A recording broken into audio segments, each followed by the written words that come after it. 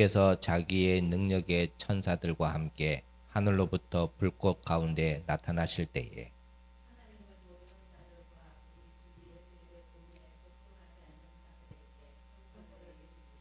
이런 자들은 주의 얼굴과 그의 힘의 영광을 떠나 영원한 멸망의 형벌을 받으리로다.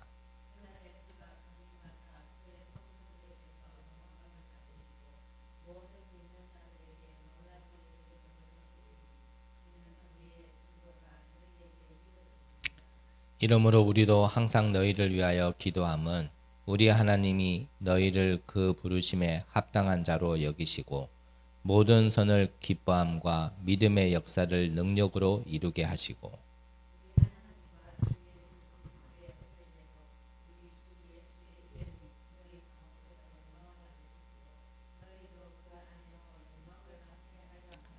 아멘.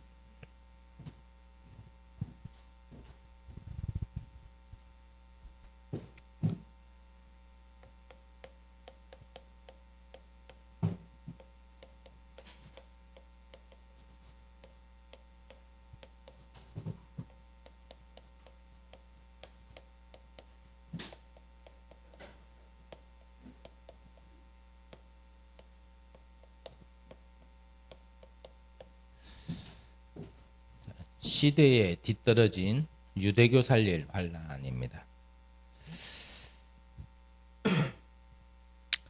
자, 우리는 먼저 어떻게 하면 성경의 응답을 우리가 가질 수 있고 또 누릴 수 있는가 하나님께 질문해 봐야 되고 또 성경에는 진짜 응답은 참된 응답은 언제 주셨는지 또한 무엇을 가지고 있었을 때 응답을 주셨는지 우리는 반드시 찾아내야 될 것입니다.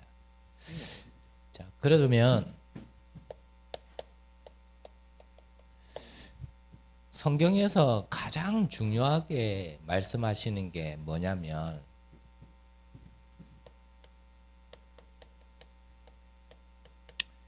이 복음이 무엇이냐를 계속 얘기하고 계시는 거죠. 왜 복음이 중요하냐면 복음이 아니면 우리는 구원을 받을 수 없기 때문입니다. 자, 그러면 구원 받았다라는 게 뭡니까? 구원을 받았다라는 것은요, 나의 운명이 바뀐 것입니다. 복음을 통해서 구원을 받았다라는 것은 나의 신분이 바뀐 것입니다. 복음을 통하여 우리가 구원을 받았다라는 것은요,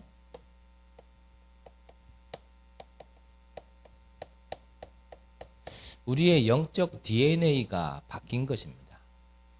그래서 바뀌었기 때문에 사망에서 생명으로 옮겼기 때문에 우리는 불신자와 크게 다른 게 하나 있습니다.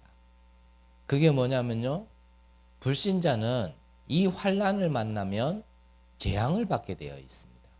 그게 불신자의 운명이고 그게 불신자의 신분이고 그게 불신자의 영적 DNA예요. 그런데 우리가 복음을 통해 구원을 받았다라는 것은 바뀐 겁니다. 뭐가요? 운명과 신분과 영적 DNA가 바뀐 거란 말이에요.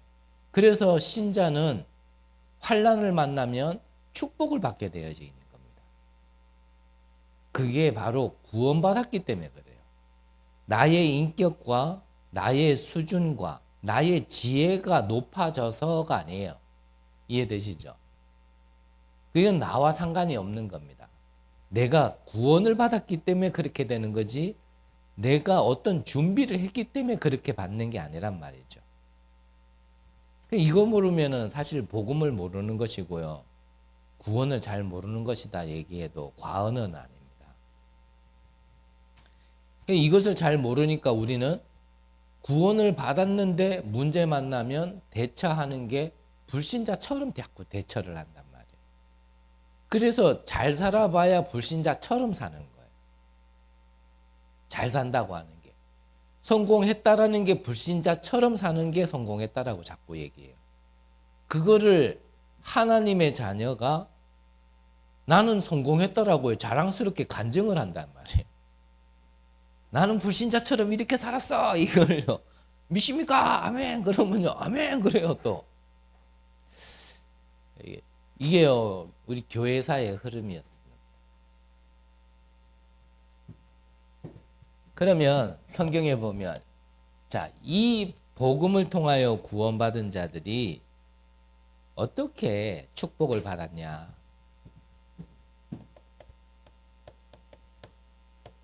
이 비밀을 가진 자들은 한 번도 예외 없이 성경에서는요, 환난을 통하여서 하나님은 축복을 주셨단 말이죠. 그래서 환난이라는 거는 선물을 싸고 있는 포장지입니다. 포장지가 중요한 게 아니란 말이에요. 거기에 속으면 안 된단 말이죠. 포장지가 조금 안 좋다고 해서 우리에게 금덩어리를 갖다 주는데 포장지가 이상하다고 해서 금덩어리 갖다 버립니까? 절대 그럴 사람은 없겠죠. 포장지가 중요한 게 아니고요. 안에 담긴 하나님이 주시는 축복이 무엇인가가 우리에게는 중요해야 되거든요. 그래서 문제처럼 보여요. 환난처럼 보인단 말이죠. 위기처럼 보여요. 근데 우리는 영적인 존재가 하나님을 떠나서 육이 되어버렸기 때문에, 육신이 되어버렸기 때문에 안 보이는 것보단 보이는 것을 먼저 우리가 인지하고 받아들이는 게 우리의 구조란 말이죠. 이 생각을, 이 눈을 바꿔야 되는 거예요. 여기에 증인이 누굽니까? 렘넌트 7명들. 요셉. 자, 노예. 어려움 맞죠? 환난 맞죠? 문제 맞잖아요. 감옥 갔습니다. 큰일 났죠? 근데 이게 포장지였단 말이죠. 모세도 마찬가지입니다. 모세가 태어난 당시 히브리인이 너무 많다라는 것 때문에 애굽 사람들이요, 애굽의 왕이 명령을 내렸어요. 그 아이들을 다 죽여라. 위기 맞잖아요.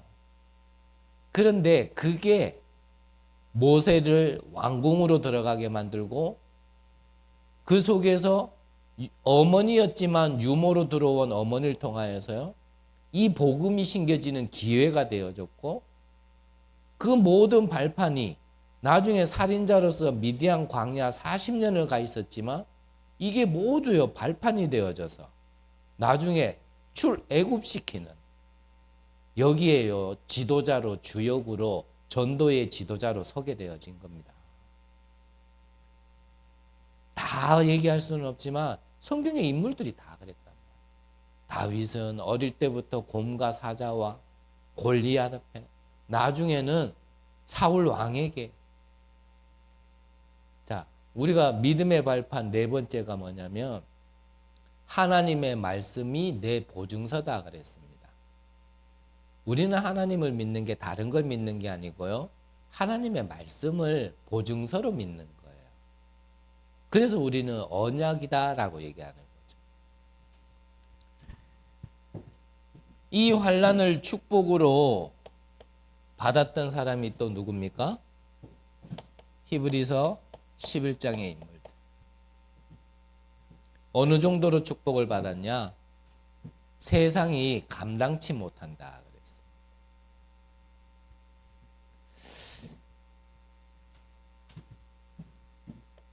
그런데 이 성경을 가지고도, 먼저 받았음에도 못 깨달아 가지고요, 오히려 이 복음을 방해하고 복음을 전달하는 전도자를 핍박하는 자가 있었습니다. 그게 누굽니까? 그게 바로 유대인이란 말이에요. 성경을 하나님 앞에 말씀을 먼저 받았음에도 불구하고 그 말씀을 통하여 복음을 못 깨달으니까 오히려요 이 축복을 전달해야 될 자가 핍박자가 되어버린 거예요. 저와 여러분들도 좀 생각을 좀 해봐야 됩니다. 우리는 진짜 뭐 잘하고 있어. 무조건 이렇게 할 게 아니고요. 진짜 우리가 복음을 가지고 성경을 보고 있음에도 오히려 우리가 어떤 복음을 방해하거나 하나님이 하시는 일에 그 일에 쓰임받는 자들을 핍박하고 있는 자는 아닐까? 한번 좀 생각해 봐야 돼요. 나 혼자 아니다라고 얘기해서 아닌 게 안 되거든, 아니거든요. 그건 혼자 우기는 거지. 혼자 우기는 거는요, 항상 말씀드렸지만, 나는 내가 얘기하는 건 다 맞아요. 근데 그 맞는 말이 진짜 맞다라면, 사실은 그게 소통될 수 있어야 되는 부분인데, 저는 그 부분이 굉장히 약한 사람이거든요. 그러니까 늘 말씀드리잖아요. 100명이 얘기해도요, 다 아니라. 나 혼자 맞는 거예요. 하나님의 말씀을 가졌음에도 이 귀한 모든 축복을 발판을 삼을 수 있는 비밀이 담겨 있는 그 말씀을 먼저 받았음에도 거기에서 복음을 못 깨달으니까요. 핍박자가 되어진 유대인. 얼만큼 이들이 영적으로 둔했습니까? 예, 이 유대인은요, 이 하나님, 우리가 믿는 하나님은 나만의, 우리만의 하나님이라 그랬어요. 뭐라 그래요? 선민. 이 선민이 사상이 되어버린 겁니다. 이렇게 사상이 되면요, 이거 잘 안 바뀝니다. 제가 정치인들을 얘기할 만한 수준은 아니지만, 정치인들이 그 똑똑하신 분들이 왜 저렇게 찌지고 뽑고 막 못 잡아먹어가지고 서로 알나대냐? 왜냐면 자기들이 이게 사상이 돼 있어서 그게. 그러니까 안 바뀌는 거예요. 똑똑한 것과는 상관없습니다. 이게 안 바뀌는 거예요. 근데 얘기하는 거 보면요, 결국은 나라를 위한 거고요. 우리 뭐 길 다니에 보면은 특히 국민의힘 그 의원들은 특히 내거는 게 뭐 민생, 민생 뭐죠? 백성들이 잘 살아야 된다라는 거예요. 민생은 뭐 완전 사상이 될 정도로 얘기하는데 그거를 이루는 방법에 있어서 어떠한 것들이 들어간 게 안 바뀌는 거예요. 그러면 여야가 다 똑같아요, 사실은. 나라를 위해서 그러고 국민들을 위해서 다 얘기하죠. 근데 왜 그렇게 싸우냐? 목적이 똑같으면은 아이고 그래, 너는 너의 자리에서 나는 나의 자리에서 각자 맡겨준 거에서 최선을 다해서 진짜 합력하여서 진짜 부강한 나라, 진짜 이 국민들이 행복한 나라로 이렇게 해보자, 이래 나와야 되는데 정상인데 똑같은 얘기를 하면서도 싸우는 이유는 사상 때문에. 그래서 짧게 하려고 작정했는데 또 여러 얘기를 하게 돼. 북한에서 탈북한 사람들이 그런다잖아요. 북한이라는 지역이 사실 우리와 바로 옆에 붙어 있는 곳이지만 우리 지금 남한, 이 대한민국하고는 배경이, 역사적인 배경이 좀 많이 달라요. 그들은 아예 이런 자유라는 것을 접해보지를 못했다는 거예요. 저렇게 어렵고 저렇게 완전히 진짜 강압적으로 하고 있는데도 왜 그들은 쿠데타를 안 일으키냐? 그렇죠. 아예 자유라는 걸 한 번도 접해지를 못해 보다 보니까 쿠데타를 해야 될 어떤 이유를 모르는 거예요. 그냥 저렇게 사는 건 줄 아는 거예요. 그러니까 그 탈북자들이 한국에 와서 놀라는 게요. 이 건물이나 이런 걸 보고 놀라는 것도 놀라는 거지만 보이지 않는 부분에 있어서 굉장히 많이 놀란다죠. 그러니까 다 무슨 차이냐면 사상 차이라. 어릴 때부터 사상이에요. 그래서 김일성 죽었을 때 그게 연극이 아니라 누가 시켜서가 아니라 진짜 그렇게 대성통곡을 했다잖아요. 북한의 모든 사람들이. 그게 왜 그래? 사상이 돼. 그러니까 그 사람들의 사상으로는 이 남쪽 사람들은 때려 죽일 사람들이에요. 너무 길게 얘기할 수 없고. 자, 이런 사상 때문에요.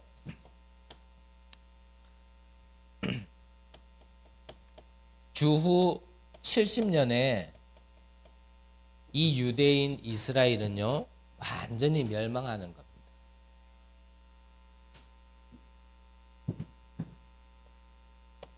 이 사상이 하나님이 주신 말씀 속에서 이 생각 차이가 하나 안 바뀌니까 그들이 기다렸던 메시아는 마국간에서 태어난 메시아면 안 되거든요. 그래서 예수님을 십자가에 죽게까지 몰아간 겁니다. 그 빌라도 앞에서 강도와 예수님을 두고 누구를 살려줄까 물었더니 뭐라 그래요? 오히려요, 죄 없는 예수님보다 죄 있는 강도를 살려주라. 만약에 우리가 잘못 선택을 했다라면, 우리가 지금 이 한 게 잘못된 거면 이 핏값을 우리 후대들에게 돌려라 라고 얘기하면서까지 확신 가지고 얘기했다니까. 그 말은 우리 후대들이 멸망할 것이다, 그 말이 아니고 자기들의 확신이었단 말이에요. 그 틀린 확신은요, 망하는 겁니다. 생각 하나 바꾸지 못해서 망하는 거예요. 그 이후로 어떻게 되었습니까? 1948년에 이스라엘 나라가 세워지기까지요, 건 2000년을요 유리방황했어요.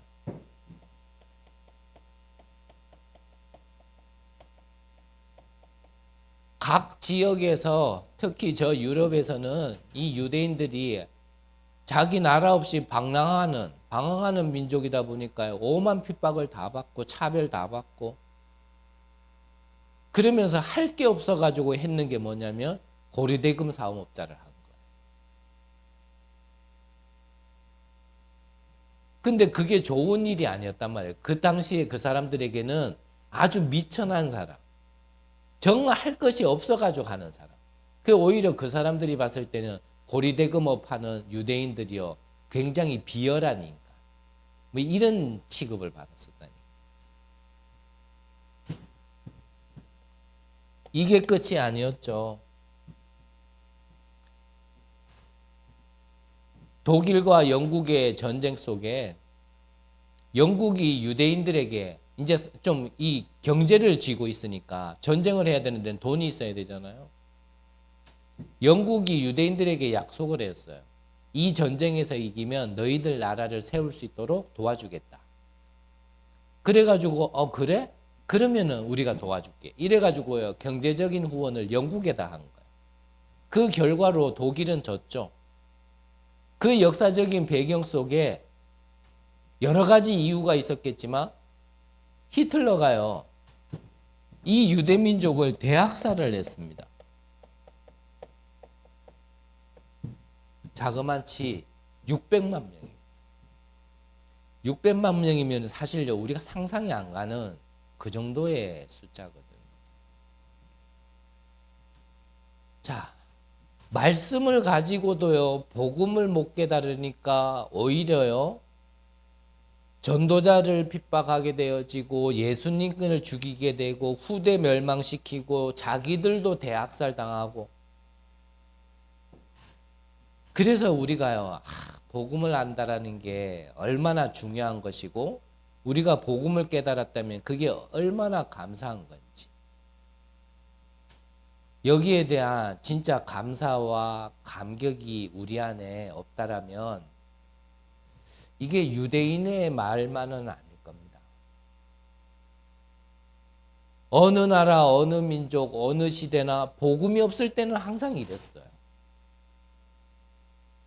성경의 인물들도 결국은 선지자들도요, 복음 없는 시대의 선지자들이 이 복음을 얘기하니까 핍박했고요, 그 선지자를 죽이려고 했고요. 하지만 진짜 복음 가진 자는 그 환난마저도요, 발판으로 축복으로 바꿀 수 있는 겁니다. 자, 그러면 본론적으로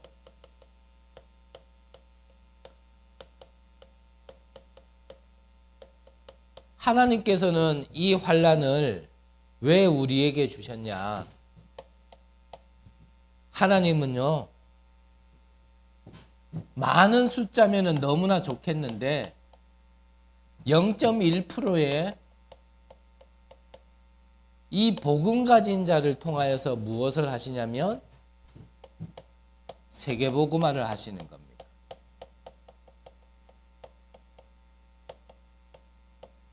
아직까지 저의 시간표로 봤을 때는요, 이렇게밖에 모르니까 여기까지만 말씀드리겠지만 세계복음화는 많은 사람들이 일어나서 하는 것은 아닌 것 같습니다.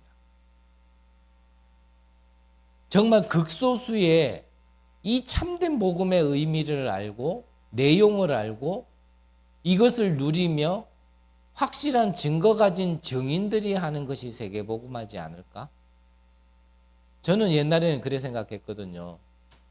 우리 단체를 얘기하는 게 아니라 이 다락방을 통하여서 정말 복음 가진 자들이 곳곳에서 막 일어나고 이 일어난 제자들이 아시아도 유럽도 아메리카 대륙도 막 장악해가지고 온 세상이 이 복음을 인정 안 하면 안 될 만큼 정치, 경제, 문화 모든 것을 완전히 장악해가 흐름이 넘어갈 수밖에 없도록 하는 게 세계복음화제다. 옛날에 이래 생각했거든요. 근데 지금은 아닌 것 같아요. 우리가 정복과 세계복음화는 조금 다른 의미 아닐까라는 생각이 살짝 들어요. 0.1%의 복음 가진 자가 세계복음화 있습니다. 애굽 시대에 요셉과 모세 통해서 했습니다. 포로 시대에 다니엘, 새청년, 에스더 이런 몇몇 사람을 통해서 했습니다. 그러면 이런 사람들 말고 나머지 인구들이 그러면 한 20명밖에 더 없었냐? 그건 아니잖아요. 어마어마하게 많은 인구가 있었는데 그 몇 사람이 했다. 속국시대에 많은 사람들 아니었습니다. 초대교회 몇 명의 제자들, 바울과 바울 팀의 몇 명의 제자들. 이 사람들이요, 세계복음화에 있어요. 이 세계복음화 하도록 여기에 쓰임받은 인물들. 요셉은 여자의 후손을요, 언약으로요, 딱 잡은 겁니다. 이 여자의 후손만이 뱀의 머리를 상하게 할 수 있다. 즉, 사단의 손에서 참되게 해방될 수 있는 유일한 방법. 우리의 운명을 바꿀 수 있는 유일한 방법. 나의 신분을 바꾸고 권세를 바꾸고 배경을 바꿀 수 있는 유일한 방법. 그 방법을 하나님께서 언약으로 주셨는데 그거를 요셉은 딱 붙들었는 거예요. 얼만큼요? 꿈에 나올 만큼.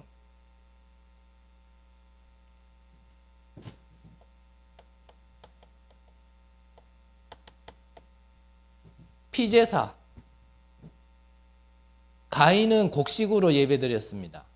근데 하나님은 그 예배를 받지 않으셨습니다. 아벨은 피제사를 드렸습니다. 하나님은 그 제사를 받으셨습니다. 무슨 차이입니까? 정성 차이입니까? 열심 차이입니까? 최선의 차이입니까? 아닙니다. 피에 대한 언약을 붙들어야 되는 겁니다. 피에 대는 내 대신 죽어야 될 대속물의 의미가 있습니다. 내가 죽어도 영적 문제 해결 안 됩니다. 근데 내가 죽지 않고도 해결할 수 있는 방법이 피제사입니다. 모세는요, 그거를 붙들었는 거예요. 여러분들 붙드시기 바랍니다. 알았던 메시지고 또 이 메시지냐가 아닐 겁니다. 정말 복음이 무엇인지 구원이 무엇인지를 안다라면 또 이 말씀이냐? 절대 아닐 겁니다. 혹시나 이 메시지가 선포되어지는데 밍숭밍숭하고 아휴 그냥 넘어가지 다 하는 거 뭐 저렇게 또 빨리 짧게 한다 그러면 또 시간 다 가네. 혹시나 이런 분들이 계신다면 정말 복음안으로 들어가셔야 돼. 안 그러면은 내 자신을 살릴 수 있는 그 길 속으로 들어가셔야지. 안 그러면요, 앞으로 다가오는 멸망 못 피합니다. 후대 재앙 못 피합니다.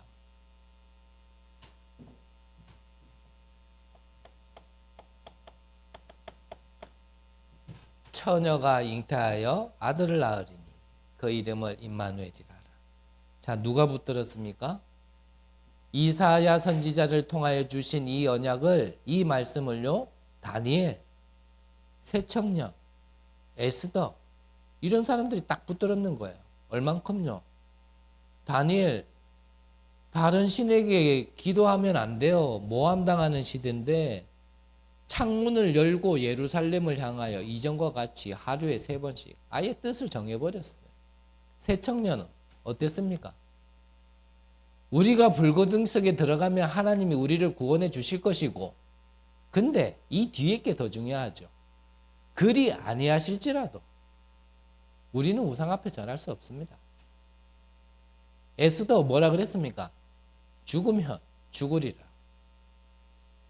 멋있게 보이면 안 됩니다. 이들이 멋있게 보이면 안 되고요, 응답의 모델로 보여야 돼요.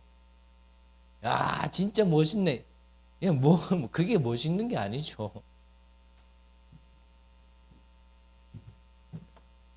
이 비밀을 가지고 바울은 오늘 성경 배경에 있는 데살로니가로 들어간 겁니다. 자, 두 번째로, 이 환란은 마게도냐를 살리는 발판이 되어진 겁니다. 이게 무슨 소리입니까? 환란이 환란이지 무슨 발판이 되어지고 세계복음화가 되어진단 말이냐.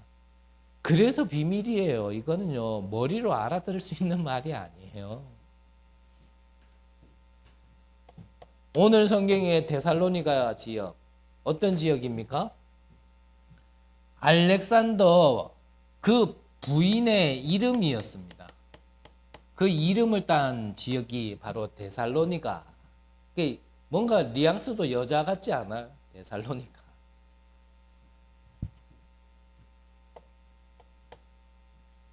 이 데살로니가 지역뿐만 아니라 알렉산드리아라는 지역, 우리가 역사 속에서 좀 들어봤죠. 여기는 알렉산더 대왕 본인의 이름을 딴 지역이 바로 알렉산드리아였습니다. 근데 이 지역에 어떤 게 있었냐면 드로아가 있었습니다. 여기에서 인생의 큰 전환점을 맞이한 사람이 바울이었죠. 이 바울이 데살로니가 지역을 볼 때 무엇도 봤냐면, 자, 이 알렉산더 대왕이 저 유대인들을 봤을 때요, 죽어야 되는 환경인데 안 죽어요. 저것들이 왜 자꾸 살아나냐. 그랬더니 부하 중에 한 사람이 그랬답니다. 그 비밀을 알려면 성경을 읽어야 됩니다. 근데 당시에 구약 성경은 히브리어로 적혀져 있거든요. 그 히브리어의 특징이 뭐냐면 좀 점과 짝대기가 많아요. 그래서 성경에 보면 1.1획도 빼면 생명책에서 네 이름도 뺀단 말이, 우리 한글로 따지면 점과 획은 있지만 점은 잘 없잖아요. 근데 히브리어에는 점과 획으로 된 게 거의 히브리어이기 때문에 그 말이 나와진 거예요.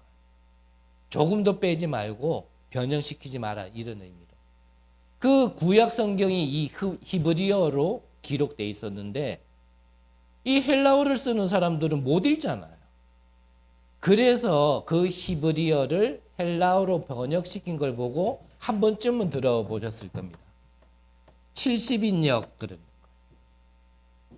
이 70인역으로 그때 하나님께서 하셨죠. 이 헬라 문화가요, 이 알렉산더 대왕이 전 세계를 지금 막 장악하고 있고 정복하고 있는 시대이기 때문에 이 헬라 문화가요 전 세계에 막 퍼지기 시작한 거예요. 그때 같이 퍼진 게 뭐겠어요? 이 헬라어로 번역된 성경이 말씀이 전파되기 시작한 겁니다. 지금 우리가 읽는 이 성경도요. 이 헬라어로 번역된 70인 여기에서 전부 다 나와진 거예요. 그게 저 중국에 가가지고 그 중국의 성경이 또 한글로. 그래서 환란인 것 같지만 그게 발판이 되어져서 지금 우리에게도요. 복음이 전달될 수 있도록 하나님은 하신 겁니다. 마지막 세 번째, 이 환란은 로마로 가는 길이 되어졌습니다.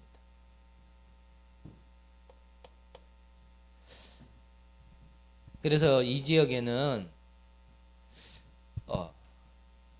이 지역은 동과 서가 이어지는 길이었고요.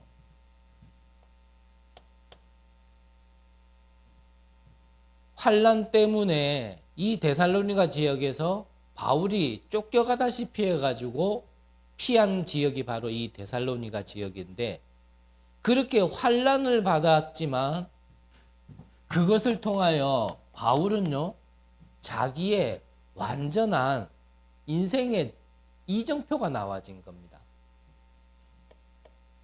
19장 21절에 내가 로마도 보아야 하리라. 23장에는 로마에서도 증언해야 하리라.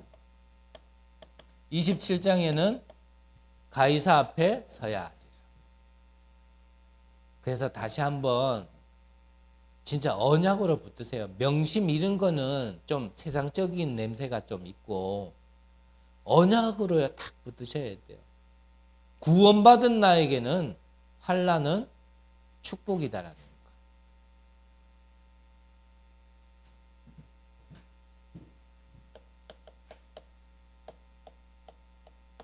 결론으로 이게 사실이고 하나님의 약속이고 성경이 증거라면 그렇다면 우리는 이 언약을 붙들고요. 항상 기도하는 겁니다.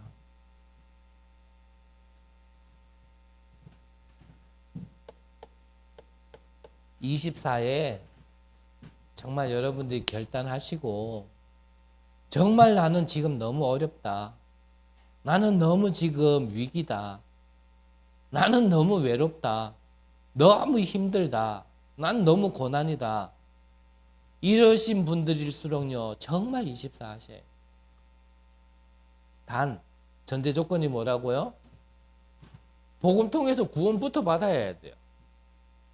구원 못 받은 사람이 이거 열심히 하면 종교도 해요. 기도 열심히 하면 종교도 해요. 그러면 뭐 옵니다. 뭐가 와요? 뭐 몸이 뜨끈뜨끈해지고 뭐 와요. 그래서 저도 예전에는 이렇게 교회 중간에서 지금 우리 교회 말고 옛날에 의자도 아니라 그냥 바닥 중간에서 이렇게 기도하고 있는데 나는 엎드려 기도하고 있는데요. 이 강대상 앞에서부터 교회 저 뒤편까지요. 불이 왔다 갔다 하는 게 보여요. 나는 엎드려 있는데. 처음에는 무서워가지고요. 이게 뭐지 싶어가지고.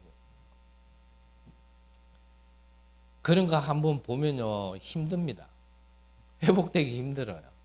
그런 거 나중에 안 보이면 내가 아직 기도에 어떠한 이 도달해야 될 그 선까지 못 올라간 줄 알고요. 그 선까지 올라가려고 또 막 쉽게 말하면 실어야 돼요. 뭐 해가지고요. 이 기도 요 정도의 그 선이 있거든요. 막 실어가지고 막 이래가지고요. 그 딱 그게 돼야지만 뭐가 이래 딱 되는 줄 알고요. 그런 거 들어가면요 끝납니다. 그거 어떻게 평상시에 기도하겠어요? 그런 거 맨날 뭐 한참 실어가지고 막 그렇게 기도해야 될 것 같으면 어떻게 24 기도하겠어요? 그 24 기도 못합니다. 내 삶에 이 기도가 그냥 리듬이 되어질 수 있도록 편안하게 자연스럽게 이 기도가 되어져. 그거를 나의 기도 리듬을 찾으셔야 돼요. 그거 못 찾으면 분명히 나머지 시간만큼 이거 안 되는 만큼 다른 거 하고 있습니다. 분명합니다. 우리는 어차피 24시간은 살아야 되는데 이거 안 되는 만큼 다른 거 하고 돼. 그래 놓고 힘들다 그러면 안 되잖아요. 되는 방법을 하나님이 주셨고, 되는 비밀을 주셨고, 되는 방법도 주셨는데 그거 안 해놓고 나 자꾸 힘들다 그러면 안 되잖아요. 교회 다녔다가 괜히 망했다, 괜히 그런 말 하면 안 되잖아요. 괜히 예수 믿어가지고 괜히 이런 말 하면 나중에 다른 말 하면 안 되잖아요. 이 환난은 이 기도를 통하여서 어느 정도면 기도하면 되겠냐? 이 환난을 통하여서 하나님의 큰 계획이 보여질 정도까지 하시기 바랍니다.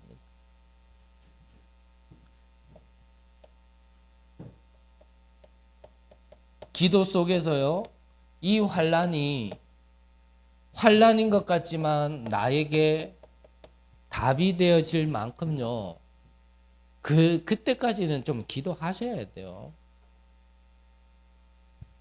뭐 해라 이러면 또 뭐 행위를 자꾸 얘기하는 걸 수도 있겠지만, 글쎄 잘 모르겠습니다. 저는 구원받은 우리가 굳이 해야 되는 게 있다라면 아무것도 없지만, 굳이 해야 되는 거 하나 있다라면 저는 기도라고 생각합니다. 정말 우리가 참된 복음을 알고 우리가 진짜 구원받은 자라면요, 기도는 좀 오해하지 마시고요, 좀 열심히 할 필요도 있습니다. 그만큼 기도는 중요해요. 기도가 전부냐? 예, 전부입니다. 왜냐? 복음을 통하여 우리는 모든 것을 다 받았기 때문에 누리는, 그 주신 것을, 내 안에 와 있는 걸 누리는 딱 하나의 방법이 기도밖에 없습니다. 근데 그걸 안 해가지고 못 누린다니까요. 그래서 그게 없으니까 자꾸 시달리는 거예요. 그게 없으니까 문제만 오면 자꾸 넘어지는 거예요. 그게 없어서 자꾸 환난만 오면은 불만, 불평, 다른 방법 찾고 이전에 하던 대로 하고 계속 그러는 겁니다. 환난이 오신 분들은 24 기도하세요. 진짜 영적으로 힘들고 정신적으로 힘든 분들은 24 하세요. 얼만큼요? 하나님의 큰 계획이 보여질 때까지. 그게 기준입니다. 하나님이 주시는 이 답이 나올 때까지. 그게 기준이에요. 중간에 포기도 하지 마시고 낙심도 하지 마시고 문제에 빠지지도 마시고, 죽으면 죽으리라 하고요. 그래 뭐 안 해주면 죽어보지 뭐 하면 돼. 죽으면 되잖아요.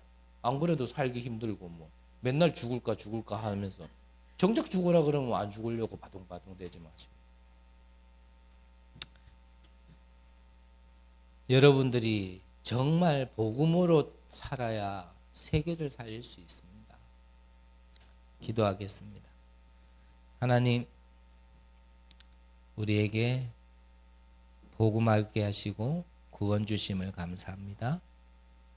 모든 것을 생명으로 바꿔주신 하나님, 이제 우리에게 다가오는 여러 가지 문제와 환난을 통하여서 세계복음화의 기회로 삼게 하시고 지역 살리는 발판 삼게 하시고 세계복음화의 가장 중요한 것을 살리는 시간표로, 이정표로 응답받게 하여 주옵소서. 살아계신 예수 그리스도의 이름으로 기도드립니다. 아멘.